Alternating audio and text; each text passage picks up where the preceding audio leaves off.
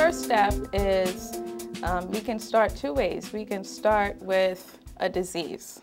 Let's say we want to think about transplant rejection. You try to think about what's happening in the body, in your cells, at the molecular level that's causing your body to say, yes, I need this organ, but I did not make it, it's not mine, and I want this foreign material out of here. And you think about what are the proteins that are at work, why are they doing that, and are there any proteins whose function I can modify or change such that they don't work to reject this organ.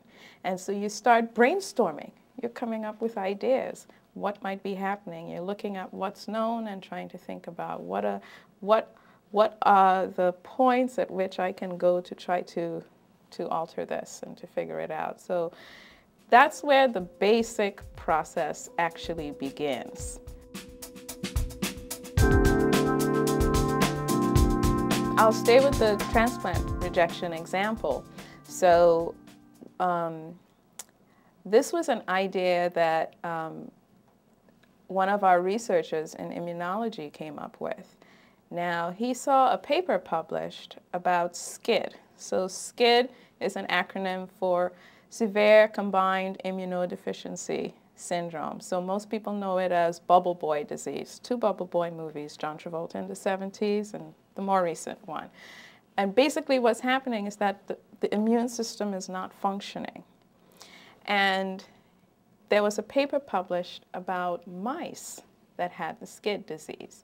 And he had the idea, if your immune system is what's at work when you're rejecting an organ, and you have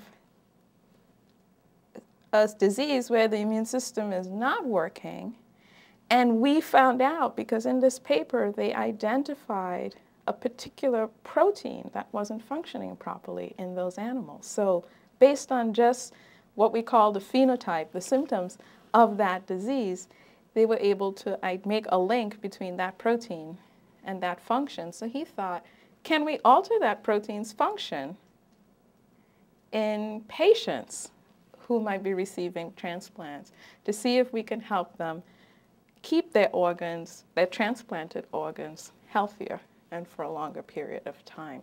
So that's one way, an example where that came about. It's a combination of finding out what's known and thinking about what's known in new ways.